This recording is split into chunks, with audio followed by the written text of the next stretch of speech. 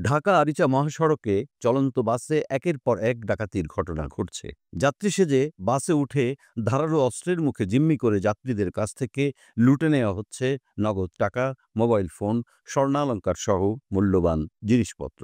নিরাপত্তাহীনতায় আতঙ্কে পড়েছেন সাধারণ যাত্রীরা। এ ধরনের ঘটনা বারবার ঘটলেও কার্যকর পদক্ষেপ না নেয়ায় পুলিশের ভূমিকা নিয়েও প্রশ্ন উঠেছে। শুক্রবার ১১ই এপ্রিল দুপুর ১২টার দিকে সাভারের ব্যাংক টাউন এলাকায় সাভার পরিবহনের একটি চলন্ত বাসে ডাকাতির ঘটনা ঘটে। কিছুক্ষণ পর একই মহাসড়কের সিএনবি মোড়ে রাজধানী পরিবহনের আরও একটি বাসেও ডাকাতির শিকার হন যাত্রীরা। প্রত্যক্ষদর্শীরা জানান, প্রথম ঘটনার সময় ঢাকা থেকে ছেড়ে আসা একটি বাস ব্যাংক টাউনে পৌঁছালে যাত্রীবেশে বাসে ওঠে কয়েকজন ডাকাত।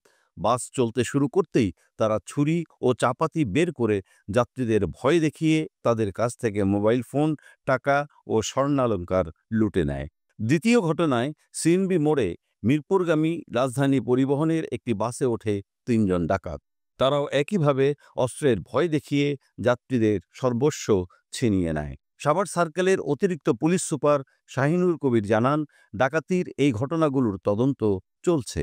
জড়িতদের শনাক্ত করে দ্রুত আইনের আওতায় আনার চেষ্টা করছে পুলিশ।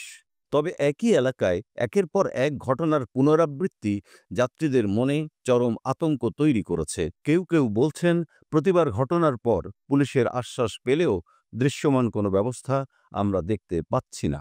উল্লেখ্য, এর আগে ২৪শে মার্চ, ২রা মার্চ, ১৩ই ফেব্রুয়ারি সহ অন্তত ৪টি ডাকাতির ঘটনা এই মহাসড়কে ঘটেছে। প্রতিটি ক্ষেত্রেই চলন্ত বাসে যাত্রীদের নগদ অর্থ, মোবাইল, স্বর্ণালংকার লুটে নেওয়া হয়।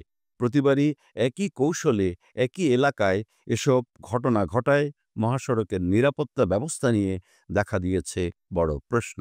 ভুক্তভোগীরা বলছেন, এভাবে যদি চলতে থাকে তাহলে ঢাকাগামী যাত্রীদের প্রতিদিন ভয় নিয়ে চলতে হবে। সংশ্লিষ্টদের দ্রুত কঠোর পদক্ষেপ গ্রহণের দাবি জানিয়েছেন যাত্রী ও স্থানীয় বাসিন্দারা।